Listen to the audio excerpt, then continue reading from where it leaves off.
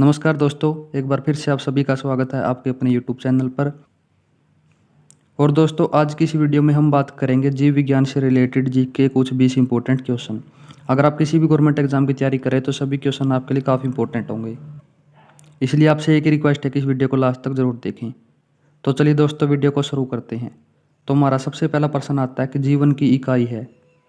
Option A दिया हुआ gene, option B दिया हुआ DNA, ऑप्शन सी दिया हुआ जीव और ऑप्शन डी दिया हुआ कोशिका। तो इस प्रश्न का राइट आंसर हो जाएगा ऑप्शन डी, कोशिका। जो कोशिका है वो हमारे जीवन की इकाई है। उसके बाद हमारा दूसरा प्रश्न आता है कि निम्नलिखित में से सर्वप्रथम किसने कोशिका की खोज की थी। काफ़ी इंपॉर्टेंट प्रश्न है दोस्तों। इस प्रश्न का ऑप्शन ए दिया रॉबर्ट ब्राउन, ऑप्शन बी दिया रॉबर्ट हुक, ऑप्शन सी दिया ल्यू वेन हुक और ऑप्शन डी दिया रुडोल्फ विर्चोव। तो इस प्रश्न का राइट आंसर हो जाएगा ऑप्शन बी, रॉबर्ट हुक। इनके द्वारा जो सर्वप्रथम कोशिका की खोज की गई थी। उसके बाद दोस्तों हमारा तीसरा प्रश्न आता है कि निम्नलिखित में से सबसे छोटी कोशिका है। इस प्रश्न का ऑप्शन ए दिया माइकोप्लाज्मा, ऑप्शन बी दिया अमीबा, ऑप्शन सी दिया श्वेत रुधिर कणिका और ऑप्शन डी दिया लाल रुधिर कणिका। तो इस प्रश्न का राइट आंसर हो जाएगा ऑप्शन ए, माइकोप्लाज्मा। ये जो सबसे छोटी कोशिका है। उसके बाद हमारा अगला प्रश्न आता है कि निम्नलिखित में से कौन सा वह कोशिकांग है जो प्रोकैरियोटिक कोशिकाओं में नहीं पाया जाता है। इस प्रश्न का ऑप्शन ए दिया कोशिका भित्ति, ऑप्शन बी दिया सूत्र कणिका यानी कि माइटोकॉन्ड्रिया, ऑप्शन सी दिया हुआ जीव द्रव्य कला जिसे हम बोलते हैं प्लाज्मा झिल्ली और ऑप्शन डी दिया हुआ है राइबोसोम। तो दोस्तों इस प्रश्न का राइट आंसर हो जाएगा ऑप्शन बी, सूत्र कणिका जिसे हम बोलते हैं माइटोकॉन्ड्रिया। उसके बाद दोस्तों हमारा पांचवा प्रश्न आता है कि निम्नलिखित में से कौन सी एक संरचना जंतु कोशिकाओं में नहीं पाई जाती है। ऑप्शन ए दिया मुक्त राइबोसोम, ऑप्शन बी दिया माइटोकॉन्ड्रिया, ऑप्शन सी दिया न्यूक्लियोलस और ऑप्शन डी दिया कोशिका भित्ति। तो इस प्रश्न का राइट आंसर हो जाएगा ऑप्शन डी, कोशिका भित्ति। यह दोस्तों एक ऐसी संरचना है जो जंतु कोशिकाओं में नहीं पाई जाती है। उसके बाद दोस्तों हमारा छठा प्रश्न आता है कि निम्नलिखित में से किस एक कोशिकांग समूह में DNA होता है।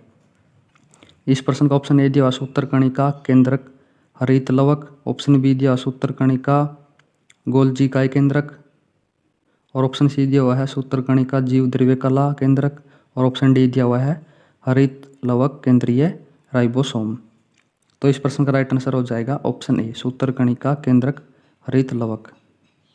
इसमें दोस्तों कोशिकांग समूह में DNA होता है। उसके बाद दोस्तों हमारा सातवां प्रश्न आता है कि निम्नलिखित में से कौन सा पादप कोशिका में उपस्थित लेकिन जंतु कोशिका में अनुपस्थित होते हैं।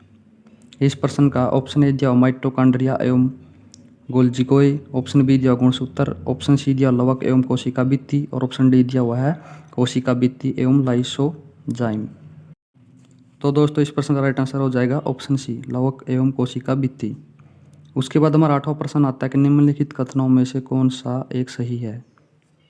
ऑप्शन ए दिया हुआ है कि प्रोकैरियोटिक कोशिकाओं में नाभिक होता है, ऑप्शन बी है कि वनस्पति और जंतु दोनों ही कोशिकाओं में कोशिका कला होती है, ऑप्शन सी दिया हुआ है कि यूकेरियोटिक कोशिका में माइटोकॉन्ड्रिया और क्लोरोप्लास्ट नहीं पाए जाते हैं और ऑप्शन डी दिया हुआ है राइबोसोम केवल यूकेरियोटिक कोशिकाओं में उपस्थित होते हैं।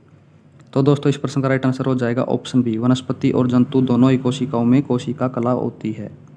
उसके बाद दोस्तों हमारा नौवां प्रश्न आता है कि जंतु कोशिका पादप कोशिका से भिन्न होती है क्योंकि। पॉइंट ए दिया कि कोशिका भित्ति नहीं होती, और पॉइंट बी दिया कि हरित लवक नहीं होते, पॉइंट सी दिया हुआ है कि तारक केंद्रक होते हैं और पॉइंट डी दिया कि हीमोग्लोबिन होते हैं। तो इस प्रश्न का राइट आंसर हो जाएगा ऑप्शन सी, 1, 2 और 3। यानी कि दोस्तों कोशिका भित्ति नहीं होती है, हरित लवक नहीं होते हैं और तारक केंद्रक होते हैं। उसके बाद दोस्तों हमारा 10वां प्रश्न आता है कि निम्नलिखित में से किसने यह मूल अवधारणा प्रस्तुत की थी कि सभी जीव कोशिकाओं से बने हुए हैं। पॉइंट ए दिया हुआ लुईस पास्चर, पॉइंट बी दिया हुआ MJ स्लाइडोन, पॉइंट सी दिया रॉबर्ट हुक और पॉइंट डी दिया हुआ D7। तो इस प्रश्न का राइट आंसर हो जाएगा ऑप्शन डी, 2 और 4 यानी कि MJ स्लाइडेन और T7। उसके बाद दोस्तों हमारा 11वां प्रश्न आता है कि निम्नलिखित कथनों पर विचार कीजिए। कथन एक दिया हुआ कि कोशिका एक जैव रासायनिक अणुओं से बनी संरचना है जो कोशिका कला से घिरी होती है। पॉइंट बी दिया हुआ है कि कोशिका संजीवों की संरचनात्मक तथा क्रियात्मक इकाई है और कथन 3 दिया हुआ कि रॉबर्ट हुक ने कोरक की एक पतली परत में कोशिका की खोज की। तो दोस्तों इस प्रश्न का राइट आंसर हो जाएगा ऑप्शन डी, ये सभी। उसके बाद हमारा 12वां प्रश्न आता है कि एक कोशिकीय जीव है। ऑप्शन ए दिया मानव, ऑप्शन बी दिया अमीबा, ऑप्शन सी दिया चूहा और ऑप्शन डी दिया पादप। तो इस प्रश्न का राइट आंसर हो जाएगा ऑप्शन बी अमीबा, जो यह एक कोशिकीय जीव है। उसके बाद हमारा 13वां प्रश्न आता है कि बहुकोशिकीय जीवधारियों का मुख्य लक्षण है। ऑप्शन ए दिया हुआ गैस विनिमय, ऑप्शन बी दिया भोजन का अंतर्ग्रहण, ऑप्शन सी दिया श्रम विभाजन और ऑप्शन डी दिया पदार्थों का संश्लेषण। तो दोस्तों इस प्रश्न का राइट आंसर हो जाएगा ऑप्शन सी श्रम विभाजन। उसके बाद हमारा अगला प्रश्न आता है कि सन 1590 में एक अत्यंत सरल सूक्ष्मदर्शी का निर्माण करने वाले वैज्ञानिक थे। ऑप्शन ए दिया जेड जॉनसन और एच जॉनसन, ऑप्शन बी दिया हुआ एंटोनी वॉन ल्यूवेनहोक और ऑप्शन सी दिया रॉबर्ट हुक और ऑप्शन डी दिया रॉबर्ट ब्राउन। तो दोस्तों इस प्रश्न का राइट आंसर हो जाएगा ऑप्शन ए जेड जॉनसन और एच जॉनसन। ये है जो दोस्तों 1590 में एक अत्यंत सरल सूक्ष्मदर्शी का निर्माण करने वाले वैज्ञानिक थे। उसके बाद हमारा 15वां प्रश्न आता है कि इलेक्ट्रॉन सूक्ष्मदर्शी की खोज किसने की। इस प्रश्न का ऑप्शन ए दिया हुआ है नॉल और रुस्का, ऑप्शन बी दिया जॉनसन ने, ऑप्शन सी दिया हुआ लेहमान ने और ऑप्शन डी दिया इनमें से कोई नहीं। तो दोस्तों इस प्रश्न का राइट आंसर हो जाएगा ऑप्शन ए नॉल और रुस्का, इनके द्वारा जो इलेक्ट्रॉन सूक्ष्मदर्शी की खोज की गई थी। उसके बाद दोस्तों हमारा 16वां प्रश्न आता है कि झिल्ली युक्त कोशिकीय अंगक है। ऑप्शन ए दिया हुआ केंद्रक, राइबोसोम और माइटोकॉन्ड्रिया, ऑप्शन बी दिया गुणसूत्र, राइबोसोम और एंडोप्लाज्मिक रेटिकुलम, ऑप्शन सी दिया हुआ है एंडोप्लाज्म रेटिकुलम राइबोसोम और केंद्रक और ऑप्शन डी दिया हुआ है लाइसोसोम गोल्जी उपकरण व माइटोकॉन्ड्रिया। तो दोस्तों इस प्रश्न का राइट आंसर हो जाएगा ऑप्शन डी लाइसोसोम गोल्जी उपकरण और माइटोकॉन्ड्रिया। उसके बाद हमारा 17वां प्रश्न आता है कि विभिन्न कोशिकाओं के आकार अलग अलग होते हैं।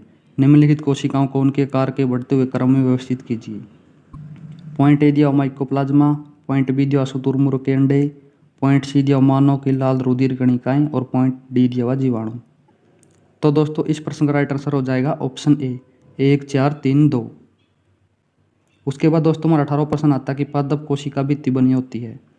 ऑप्शन ए दिया प्रोटीन की, ऑप्शन बी दिया सेलुलोज की, ऑप्शन सी दिया मंड की और ऑप्शन डी दिया वसा की। तो दोस्तों इस प्रश्न का राइट आंसर हो जाएगा ऑप्शन बी सेलुलोज की। उसके बाद दोस्तों हमारा 19वां प्रश्न आता है कि जंतु कोशिका में निम्न में से क्या अनुपस्थित होता है। ऑप्शन ए दिया सेलुलोज की कोशिका भित्ति, ऑप्शन बी दिया केंद्रक, ऑप्शन सी दिया माइटोकॉन्ड्रिया और ऑप्शन डी दिया उपरोक्त में से कोई नहीं। तो दोस्तों इस प्रश्न का राइट आंसर हो जाएगा ऑप्शन ए सेलुलोज की कोशिका भित्ति। उसके बाद दोस्तों हमारे आज की वीडियो का लास्ट और 20वां प्रश्न आता है कि दो समयुक्त कोशिकाओं की प्राथमिक भित्तियों को जोड़ने वाली आंतरिक परत को क्या कहते हैं। इस प्रश्न का ऑप्शन ए दिया हुआ है प्लाज्मोडेस्मेटा, ऑप्शन बी दिया हुआ मध्य पटलिका, ऑप्शन सी दिया हुआ है कैस्पेरियन पट्टी और ऑप्शन डी दिया हुआ है परितवक। तो इस प्रश्न का राइट आंसर हो जाएगा ऑप्शन ए प्लाज्मोडेस्मेटा। तो ये थी दोस्तों आज की वीडियो। उम्मीद करता हूँ कि आपको वीडियो पसंद आई होगी और अगर दोस्तों वीडियो पसंद आई तो प्लीज़ वीडियो को लाइक करें, शेयर करें और साथ ही साथ हमारे चैनल को भी सब्सक्राइब करें।